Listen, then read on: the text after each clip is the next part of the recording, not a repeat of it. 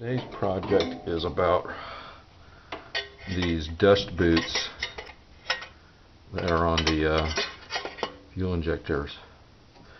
I just replaced this one and with a new boot, this rubber part right here.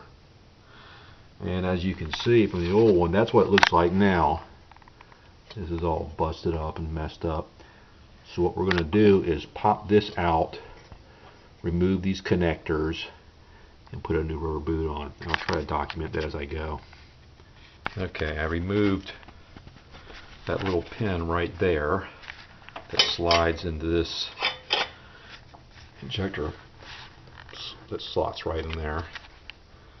The next thing I'm going to do is try to remove the connectors that are right in there. I don't know if I can get enough light on to show it. There's two little top slots there that if you slide a thin piece of metal in, you can get those to release. The idea is to pull this connector off so I can get this boot off and put a fresh boot on it. Okay, I got it off. Okay, here's the thing. Here's the two wire connectors. They're in good shape. That's why one of the reasons why I'm not trying to focus. One of the reasons why I'm not going to replace the whole connector. There's no corrosion on it. I put a little PV blaster, just kind of squirt in there to kind of loosen everything up. The key is there's a little tang on the tops of these things. It's hard to show on the camera, but it traps it in there. And what I do is I use the same clip that holds it in to kind of push down. You just have to kind of work it, and you get the hang of it after you get one or two of them out.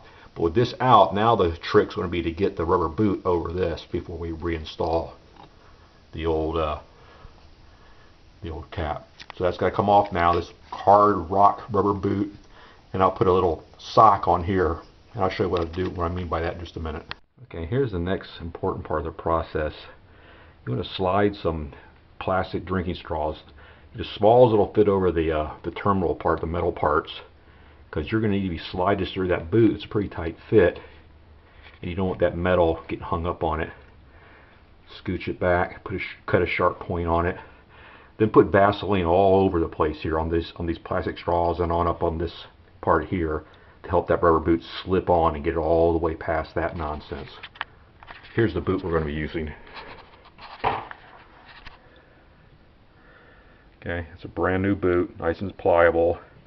Came off of a brand new fuel injector housing, but came off of this. I bought this.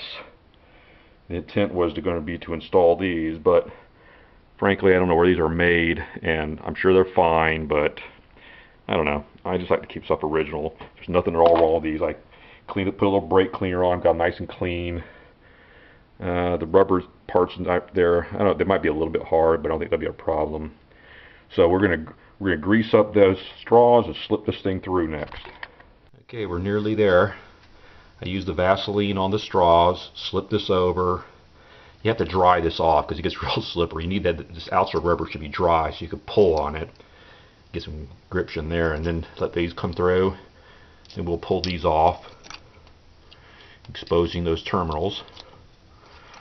Okay, then you want to just use your fingernail and unbend that little bitty tang there that helps hold it in just a little bit. Just get a fingernail underneath it and pull it out a little bit. This will pop right back on that connector, and we'll be good to go. That'll be the finished product in just a minute. And there's the finished product all installed. Don't forget to put the little wire clip back in that holds this securely in place. But I mean, that looks a lot better. There's two down. I got that one done. I got that one over there done. Looks a lot better than, let's say, that, which is hard as a rock. This is broken, and you know, no bueno. So we're going to fix that one next, but I'm about out of gas, so I don't want to get in a hurry or get tired and not do a good job of it. But that'll be the next one to do. It's a little bit tedious work getting those terminals come out. Sometimes they pop right out, sometimes they don't. I think using the PV blaster really helps a lot because you want to break any kind of corrosion type hold that might be in place. It also leaves the connectors really clean and shiny and all that. But yeah, you have to kind of work that. I'd say it probably takes, if I don't run any big hang-ups, 10 to 15 minutes of actual work time to pull that off, get all the old junk out, put the new one in. It's not that big a deal. Just a little project for the Z. Thanks again for watching.